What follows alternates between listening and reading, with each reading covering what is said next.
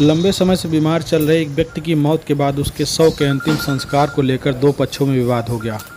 दोनों पक्षों ने शव के अंतिम संस्कार के लिए अपना अपना दावा प्रस्तुत किया, लेकिन अंतिम संस्कार तब हुआ जब पुलिस आई और कई बिंदुओं पर आपसी समझौते हुए। पूरा मामला बस्ती जिले के गौर थाना क्षेत्र के ग्राम पंचायत गजवा जंगल के टोला बभनगावा कला का है।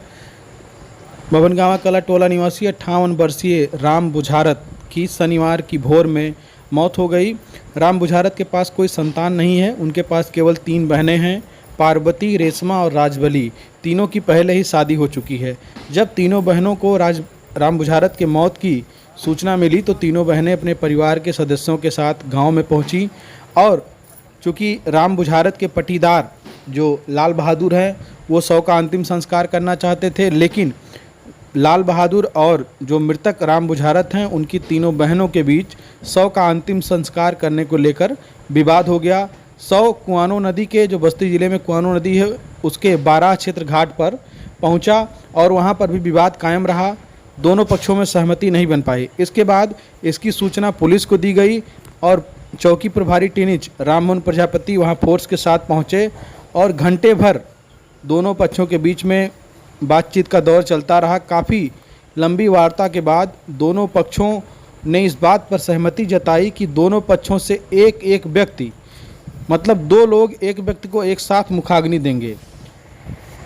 इसमें से जो मृतक हैं राम बुझारत, उनका एक भांजा और जो उनके पटीदार हैं लाल बहादुर, दोनों लोगों ने एक साथ मुखाग्नि दी और राम बुझारत का अंतिम संस्कार कुआनो नदी के 12 क्षेत्र घाट पर हुआ। इस तरीके का मामला जल्दी सुनने में नहीं आता है कि किसी व्यक्ति को एक साथ 2 लोग मुखाग्नि दें, लेकिन जिस तरीके से यहाँ पर विवाद की स्थिति पैदा हुई और उसके बाद पुलिस पहुँची और पुलिस ने काफ़ी देर तक वहाँ पर बातचीत का दौर जारी रखा, दोनों पक्षों से अलग अलग वार्ता किया। उसके बाद इस बात पर आपसी सहमति बनी कि एक साथ 2 लोग मुखाग्नि देंगे। चूँकि राम बुझारत लंबे समय से बीमार चल रहे थे, उनके पास कोई संतान नहीं थी, 3 बहनें थीं और उनके पास कई बीघे ज़मीन है और गांव पर मकान भी है। यह पूरा मामला पूरे क्षेत्र में एक चर्चा का विषय बना रहा, क्योंकि अगर भारतीय सनातन धर्म और परंपरा पर नजर डालें तो भी इस तरीके के मामले बहुत कम देखने को मिलते हैं जिसमें कि एक व्यक्ति के शव को 2 लोग एक साथ मुखाग्नि दें।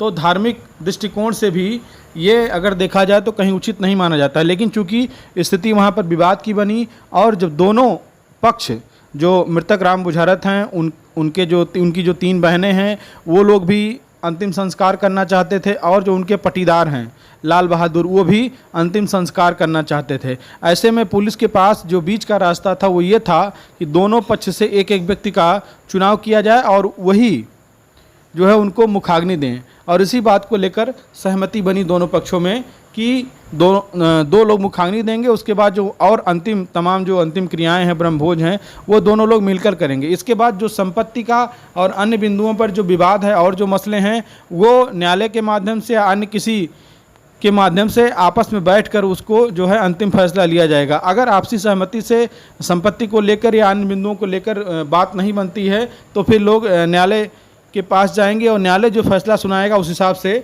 उसमें आगे लोग अपना काम करेंगे।